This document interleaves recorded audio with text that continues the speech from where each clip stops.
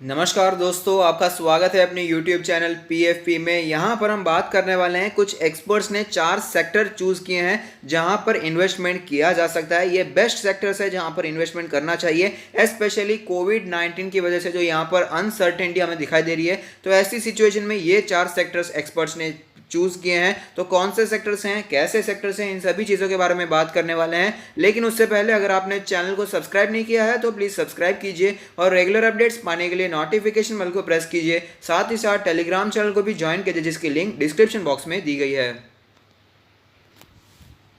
आज ऑलरेडी एक video upload हो चुका है। मार्केट में हमें आज भारी गिरावट देखने को मिल रही है, 2% के आसपास की गिरावट देखने को मिली थी। उसके रीजंस क्या है ये भी आपको इस वीडियो में पता चल जाएंगे और ऐसी सिचुएशन में हमें क्या करना चाहिए ये भी आपको इसी वीडियो में पता चल जाएगा। तो इस वीडियो को आप रेफर कर सकते हैं।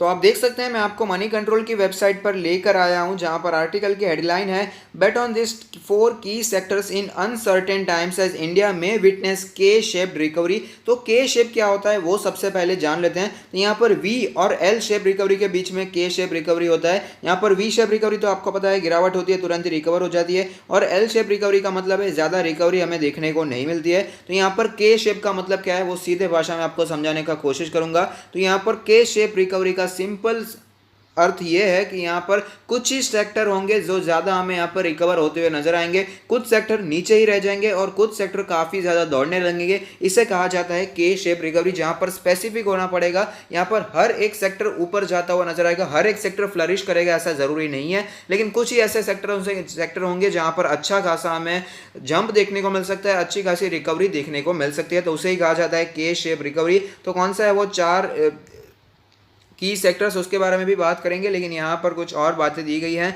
The first quarter GDP data for India recently came out and it does not paint a very pretty picture. We are among one of the worst affected countries due to the covid crisis. ये तो हमें पता ही है, both in terms of the economic impact and human impact. We have now risen to the second spot in the world as far as number of cases is concern and will soon be occupying the leadership position on the dubious list. तो यहाँ पर आपको पता ही है कि काफ़ी ज़्यादा कोविड-19 के केसेस बढ़ते जा रहे हैं। तकरीबन 1 लाख के आसपास रोज नए केसेस हमें आते ही रहते हैं। यहाँ पर 90,000 से 1 लाख के केसेस हमें रोज आते हुए नजर आते हैं। The key question is what should we as investor be doing, where should be our wealth be invested to ensure that it continues to multiply in the times to come. Let's then try and make an attempt to resolve the dilemma. However, before that a couple of things. तो यहाँ पर सबसे पहली बात, India's economy will surely see a contraction. Contraction तो जरूर देखने को मिलेगा।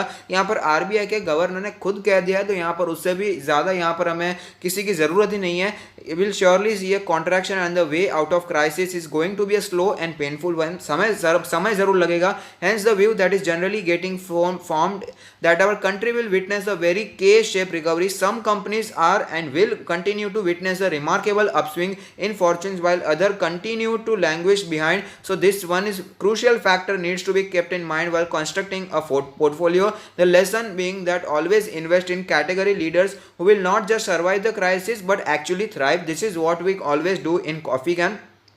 तो यहाँ पर हमें ऐसे स्टॉक्स को चूज करना है, ऐसी कंपनीज को अपने पोर्टफोलियो में जगह देनी है जो कि सिर्फ क्राइसिस को सर्वाइव ना कर पाए लेकिन उसे थ्राइव भी कर पाए, ग्रो भी कर पाए। तो ऐसे स्टॉक्स को हमें यहाँ पर सिलेक्ट करना है। और second dilemma is regarding the investment time frame, कितने समय के लिए इन्वेस्ट कर रहे हैं वो भी काफ़ी ज़्यादा इंपॉर्टेंट है। अगर आप सोच रहे हैं 10-15 दिनों में आपको मल्टी बैग रिटर्न मिलेंगे तो ये पॉसिबल नहीं है। तो I would very strongly suggest that you have slightly long term view so as to fruitfully ride out the near term volatility and uncertainty.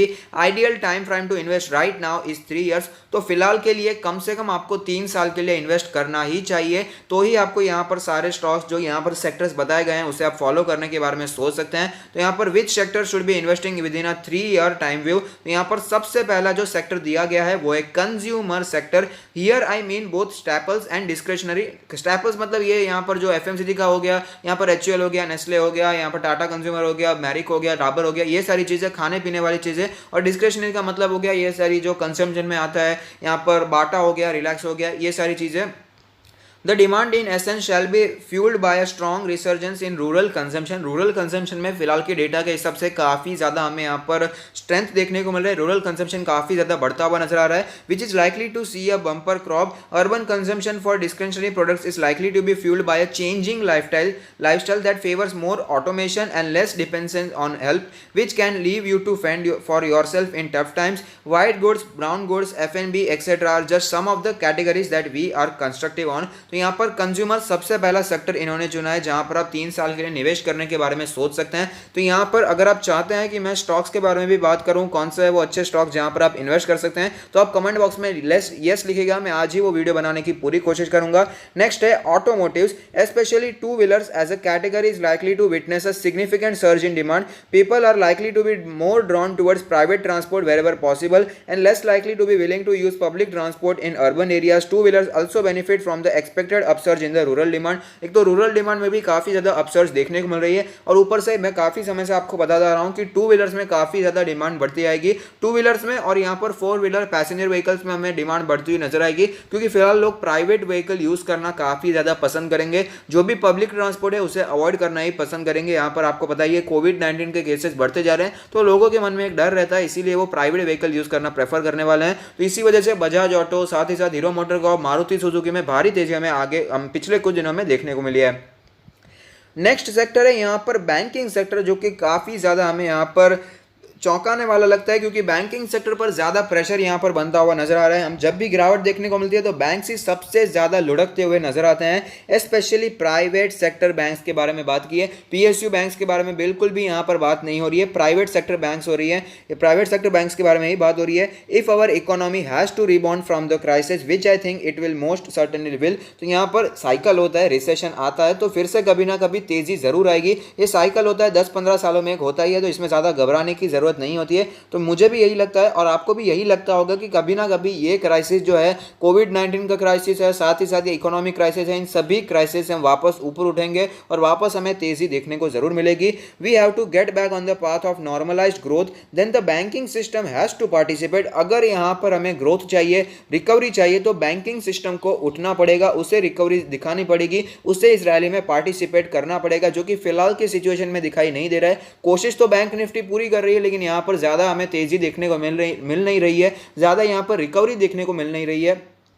उसके रीजंस भी आपको बताइए. एनपीएस की सिचुएशन आगे बढ़ सकती है, और 28 सितंबर को यहाँ पर क्या होता है, मॉरेटोरियम एक्सटेंड होता है, जो इंटरेस्ट ऑन इंटरेस्ट का है उस पर क्या होता है, वो सारी चीज़ें हैं, उस पर भी काफ़ी ज़्यादा ध्यान यहाँ पर केंद्रित होने वाला है. तो इसी वजह से, और बैंकिंग सिस्टम तो यहाँ पर जो फाइनेंशियल होते हैं हमारे यहाँ पर, जो इंडिया की इकोनॉमी या कोई भी इकोनॉमी हो उसका फाउंडेशन होता है. अगर यहाँ पर बैंकिंग सेक्टर पार्टिसिपेट नहीं करता है तो हम कह सकते हैं कि यहाँ पर रियली हमें ग्रोथ देखने को नहीं मिल रही है, रियल रिकवरी हमें यहाँ पर देखने को नहीं मिल रही है. The government too has been making concerted efforts towards the same, from the stimulus package to the debt restructuring exercise, that have all been aimed at reducing the banking system stress. I do believe that strong banks which are adequately capitalized will shine through in the next 3 years to come. तो यहाँ पर अच्छे bank जिसके पास well capital है, यहाँ पर capitalised bank है जिसके पास लिक्विडिटी की प्रॉब्लम नहीं है, वहाँ पर ये लोग बेट करने को कहते हैं. यहाँ पर आप पैसे लगाने के बारे में सोच सकते हैं, यहाँ पर इन्वेस्ट के बारे में सोचा जा सकता है. नेक्स्ट जो है वो है last, life insurance. Two things that make us bullish on this sector, the inherent under penetration.